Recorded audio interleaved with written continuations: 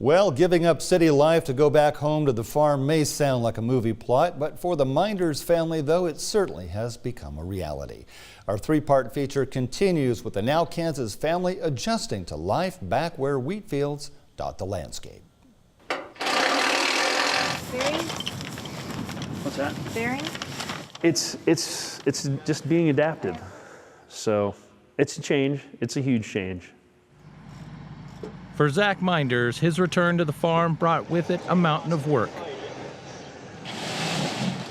Almost a year ago, Meinders and his wife, Joni Embry Meinders, moved back to rural Kansas to help operate the Young Farm, an operation that has been in Joni's family for 3 generations. It's called just trying to stay ahead of the game, because if you're not trying to stay ahead, you're going to fall behind, and as soon as you fall behind, then you got 5 things that just piled up behind you. You just keep moving forward. If you don't, you're going to fall behind. For the Embry Meinders family, the move from Des Moines, Iowa to Burton, Kansas was all about timing.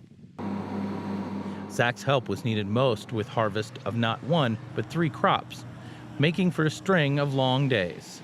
I get home at, 10 o'clock at night compared to getting home at 7:30. Don't have quite that time. I mean, I don't see the kids as much. That's definitely, it's definitely known that I'm not seeing the kids very much, because I have one little boy that goes, Dad, Dad, Dad, Dad, nonstop when I get home because he hasn't seen me. Joni Embry Meinders grappled with her first harvest back on the farm in mid-2018, balancing paperwork and physical labor. She spent the first few months unloading grain carts and working 120 head of cattle with her son Colby.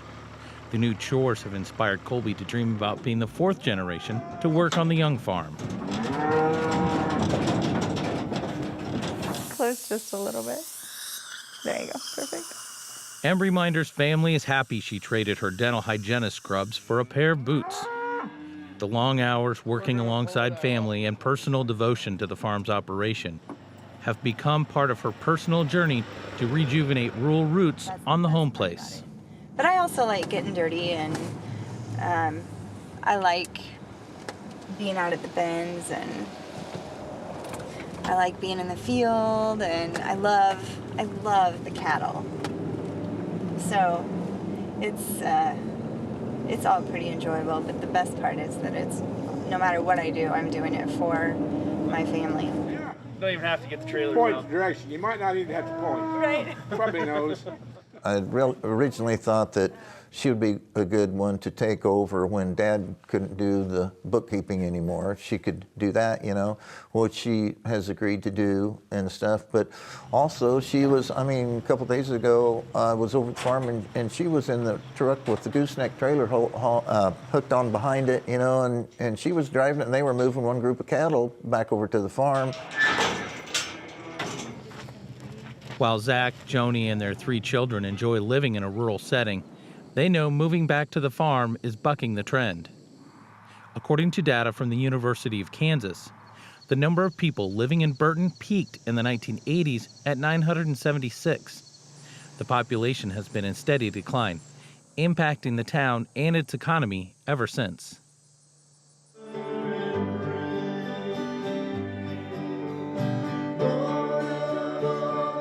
I think it's great that they're coming back. I think it's maybe shows to our young people, our young couples, hey, you've got something here that you don't know. This is a little gem that somebody has noticed and seen and is coming back to uncover.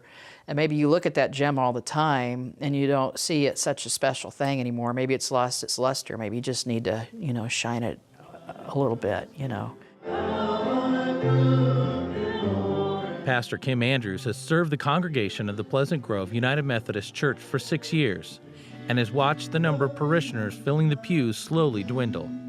We've lost a lot of major important people here who were the grandmas and the grandpas, and that knit us together. And so it's a time that the people who are here now need to decide, are we going to be now those folks for other people that are coming up?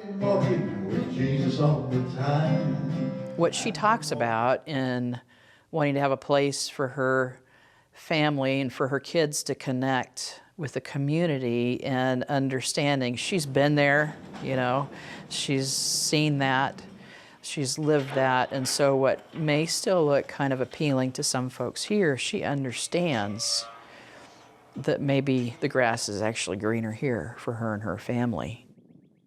That greener grass has lured many away from the south central Kansas town. Josh Durner, who is part of the second generation to operate the State Bank of Burton, elected to stay because he sees promise in the town's location. We're in a unique position in Burton. We're 15 minutes from Hutchinson, 45 minutes from Wichita. So we are kind of a community that commutes to work for the most part. Main Street has become a shell of bygone businesses, and the street itself is in disrepair. The tax dollars available to fix the roads have been decreasing along with the population. We need more people to come back and take an ownership of the community. I mean, people that grew up here, that lived here, and they need, for Burton not to dwindle off and disappear, we need more people to come back. The Meinders family is focused on farm and family as they approach the first anniversary in Burton. To make their return a successful one, the couple feels that embracing their community is key to their future in rural America. I'm all in. I'm here to do what my grandpa needs me to do and learn what he wants me to learn, but I'm also here to help them wherever I can. And at the end of the day, when I get ready for bed, I am so content. My heart is so happy here. My heart is so happy here. Certainly what keeps many farmers on the farm even these days when it's a tough business to be in.